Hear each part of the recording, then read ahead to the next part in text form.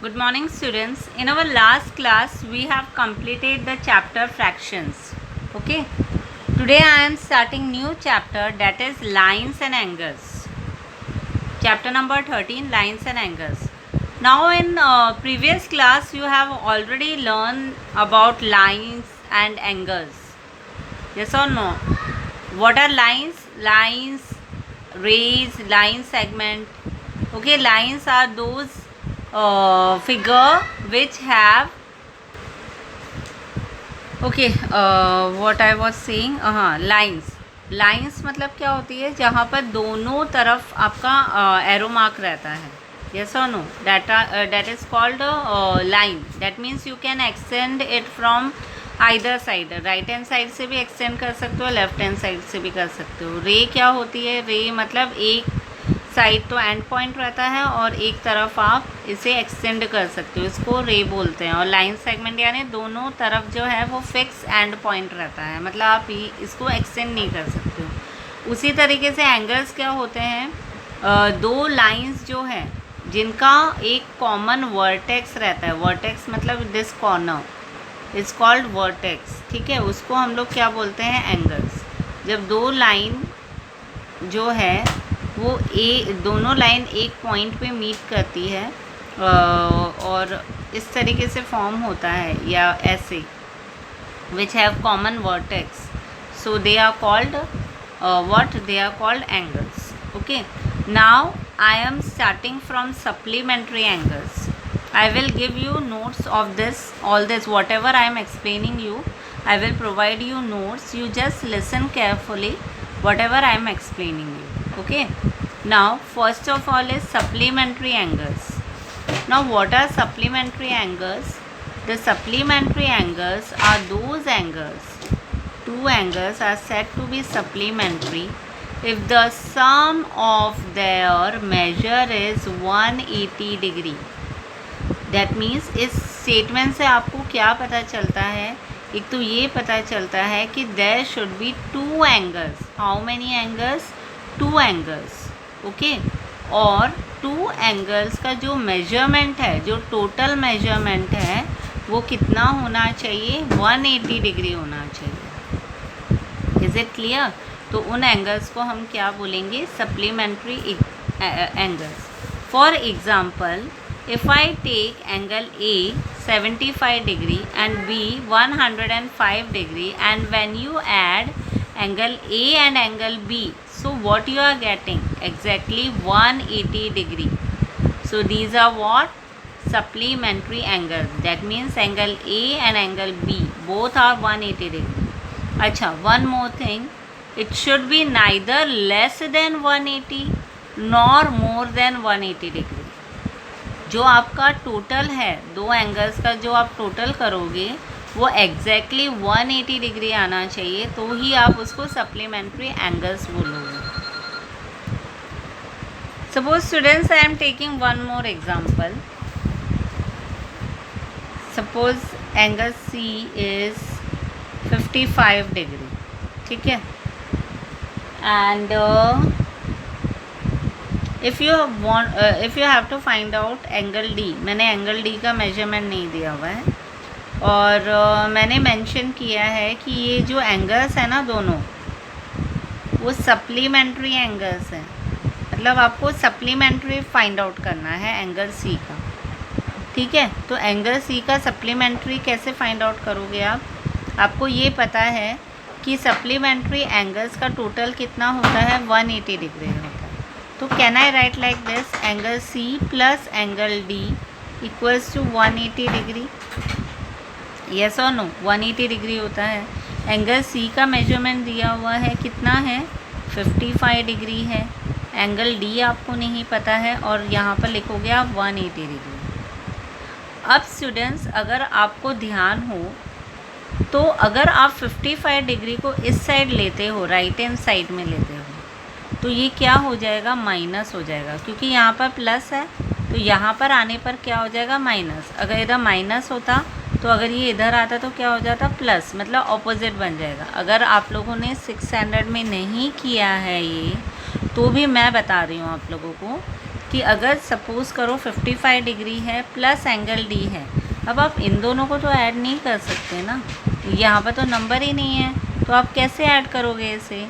आप नंबर्स और नंबर्स को ही ऐड कर सकते हो या सब्ट्रैक्ट कर सकते हो। तो इसके लिए आप क्या करोगे, इस 55 डिग्री को आप कहाँ लोगे, 180 डिग्री के पास लोगे। तो ये ऐसे बन जाएगा, angle D equals to 180 degree minus 55 degree. Is it clear? तो एंगल डी का जो मेजरमेंट है वो कितना हो जाएगा, 180 माइनस 55 करोगे तो it will become 5, 7 minus 5 will become 2, 125 degree. Okay. अब क्लास मैं आप लोगों को इजी वे में भी बता सकती थी कि अगर इस टाइप का क्वेश्चन हो, दो में से अगर एक एंगल नहीं दिया हो तो डायरेक्टली माइनस कर दो, मैं आपको ऐसे भी बोल सकती थी, लेकिन मैं आपको इस तरीके से करना इसलिए बता रही हूँ बिकॉज इन 7th स्टैंडर्ड जब आप आगे चलकर लीनियर इक्वेशन करोगे तो उसमें इस टाइप के क्वेश्चंस आएंगे। और अब जो है 8th स्टैंडर्ड में भी आप इस टाइप के क्वेश्चन जो है आपको करने पड़ेंगे। That's why I am explaining you this. Okay. तो सप्लीमेंट्री एंगल्स किस तरीके से फाइंड आउट करने हैं वो आपको क्लियर हो गया। क्या किया मैंने, जैसे एंगल सी का मेजरमेंट दिया, एंगल डी, मतलब दोनों में से मैंने एक एंगल दिया है, दूसरा एंगल आपको फाइंड आउट करना है, तो हमेशा आप क्या करोगे, 180 डिग्री में से माइनस करोगे for finding out supplementary angles. ठीक है, सप्लीमेंट्री एंगल्स फाइंड आउट करने के लिए 180 डिग्री से माइनस करोगे। अब आप बोलोगे कि मैम पता नहीं आपका आंसर राइट है या नहीं है। You can check this, just check this, 125 degree है प्लस 55 कर दो जो एंगल सी का मेजरमेंट था, एडेड 5 + 5 10 है, 5 + 2 7, 7 + 1 8, 180 डिग्री आ रहा है। That means my answer is right. Okay. अब सप्लीमेंट्री के बाद में क्या आ रहा है, कॉम्प्लीमेंट्री एंगल्स आ रहा है। क्या है, कॉम्प्लीमेंट्री एंगल्स। अब कॉम्प्लीमेंट्री एंगल्स में क्या है, जिस तरीके से सप्लीमेंट्री एंगल्स में दो एंगल्स का जो मेजरमेंट था, दो एंगल्स का जो सम था वो कितना होना चाहिए, 180 डिग्री होना चाहिए सप्लीमेंट्री में, तो कॉम्प्लीमेंट्री में कितना होना चाहिए, 90 degree. Is it clear? See the text book, here it is given two angles are said to be complementary if the sum of their measure is 90 degree।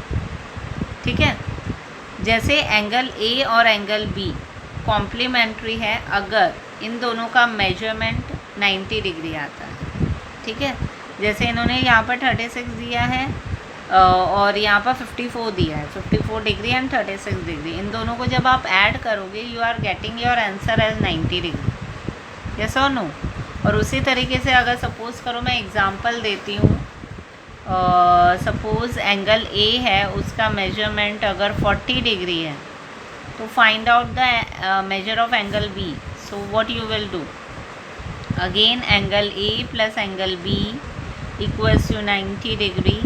So angle A is 40 degree plus angle B equals to 90 degree. 40 will come here, so it will become minus 40. So your answer will be 90 minus 40 will be 50. So measurement of angle B will be 50 degree. Is it clear to you? Now we will see adjacent angles. What are adjacent angles? See, adjacent angles are those angles, two angles with the same vertex, one arm common and the other arms lying on opposite sides of the common arm are called adjacent angles। इसका मतलब ये है कि दो angles हैं, ठीक है, यहाँ पर दो एंगल्स हो गए ना, एक तो ये वाला एंगल हो गया COB, एंगल COB हो गया, और नेक्स्ट क्या हो गया आपका, एंगल BOA। यस और नो? ठीक है, तो दो एंगल्स बन गए, लेकिन इनका जो आर्म है, आर्म डेट इज़ ये जो है, ठीक है, एक आर्म ये भी होता है, ये भी होता है, ये भी होता है, but one arm is common. ये दोनों एंगल्स में से ये वाला जो आर्म है, ठीक है, ये वाली जो लाइन है वो कॉमन है, और जो आपका वर्टेक्स है वो भी कॉमन है।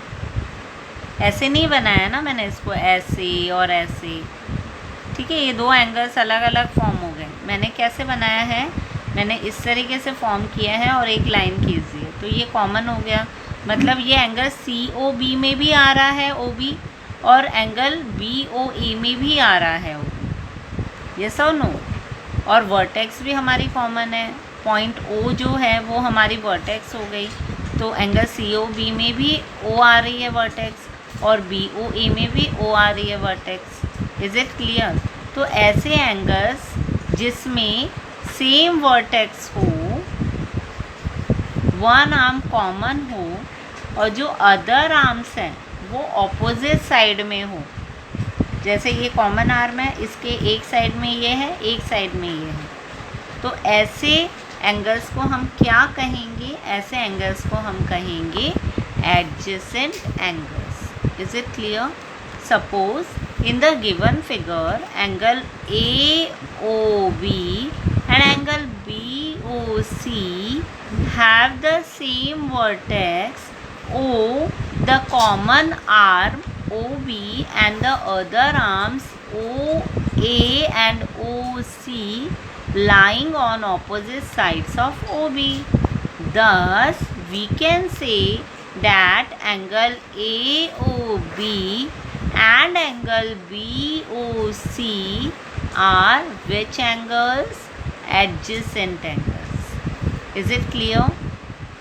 Note that angle AOC and angle AOB are not adjacent angles, as they have a common arm OA, but the other arms OB and OC do not lie on opposite sides of OA. इसमें इन लोगों ने क्या बोला है, ये note में क्या कहा है इन लोगों ने?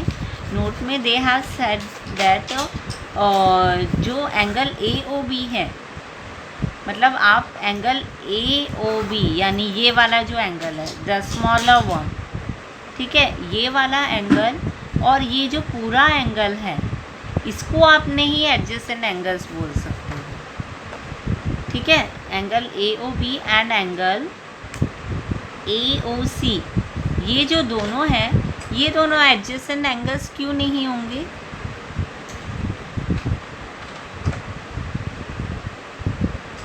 AOC, हाँ, AOC एंड AOB, हाँ, ये दोनों एडजेसेंट एंगल्स क्यों नहीं होंगे? Reason? Yes, the reason is that कि आर्म तो आपको कॉमन मिल जाएगा, लेकिन ऑपोजिट साइड में नहीं हो रहे हैं, ओके। तो आप इसको और इसको ज़रूर ले सकते हो। Is it clear? Fine. Now our next topic is linear pair of angles. Linear pair of angles में क्या होगा? अब देखो, यहाँ पर भी एडजेसेंट एंगल्स आपको समझ में आ गया, और एक चीज़, एडजेसेंट एंगल्स को आप ऐसे याद रख सकते हो, क्योंकि आगे चलकर हो सकता है कि आप लोगों को कुछ प्रॉब्लम हो।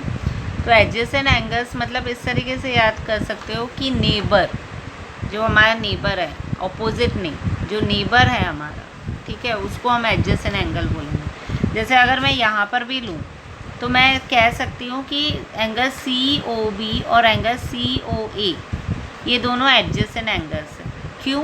क्योंकि ये कॉमन आर्म आ गया, और AO और OB ये दोनों ऑपोजिट साइड आ गए, यस और no.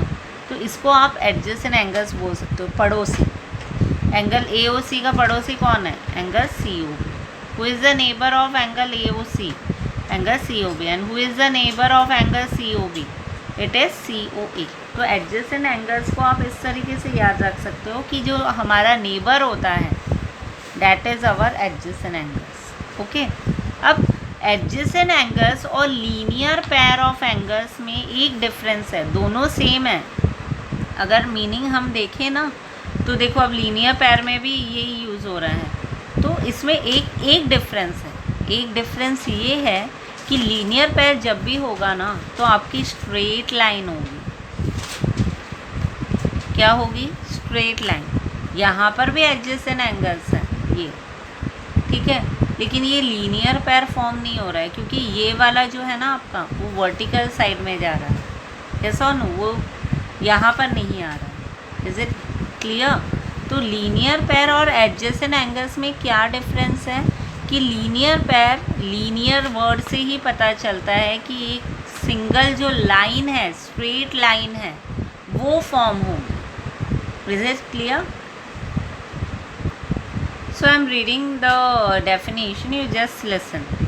See, two adjacent angles are said to form a linear pair of angles if their non-common arms are two opposite rays. That means ये दो opposite ray है, एक इस तरफ जा रही है और एक इस तरफ जा रही है और एक सिंगल आर्म है, ठीक है। तो इसको हम क्या बोलेंगे? लीनियर पेयर ऑफ एंगल्स बोलेंगे। लेकिन मैं आपको इस डेफिनेशन के अकॉर्डिंग मैंने एक्सप्लेन नहीं किया है, मैंने आपको इजी वे में एक्सप्लेन किया है ताकि आप लोग याद रख सको, ठीक है। आप सिर्फ एक चीज़ याद रखना कि लीनियर पेयर ऑफ एंगल्स का मतलब क्या होता है कि जहाँ पर आपकी स्ट्रेट लाइन फॉर्म हो जाती है ना, उसको हम लीनियर पेयर ऑफ एंगल्स बोलेंगे। एडजेसेंट एंगल्स भी बोलेंगे, लेकिन वो एडजेसेंट एंगल्स क्या होंगे? लीनियर पेयर ऑफ एंगल्स होंगे। Is it clear? और इन दोनों का सम भी हमेशा क्या होता है? 180 डिग्री, ठीक है। इसका जो सम होता है वो हमेशा 180 डिग्री होगा, क्योंकि अगर जब आप एंगल्स अगर आपने ड्रॉ किया होगा, जैसे 5th स्टैंडर्ड में अगर आप लोगों को 6th स्टैंडर्ड में करवाया होगा तो बताया होगा कि आपका जो स्ट्रेट लाइन जब आप फॉर्म होता है तो वो 180 डिग्री का मेजरमेंट हो जाता है। Is it clear? तो इसका मेजरमेंट भी क्या होता है? हमेशा 180 डिग्री होता है। Now an important result, if a ray stands on a line then the sum of adjacent angles so formed is 180 degree. अभी मैंने आप लोगों को बताया कि इसका जो सम है वो 180 डिग्री होगा। That means in the given figure the ray OC stands on the line AB forming adjacent angles, angle AOC and angle BOC. Therefore angle AOC plus angle BOC equals to 180 degree. So linear pair property बोलेंगे इसे क्या बोलेंगे हम लोग? linear pair property, linear pair property, okay।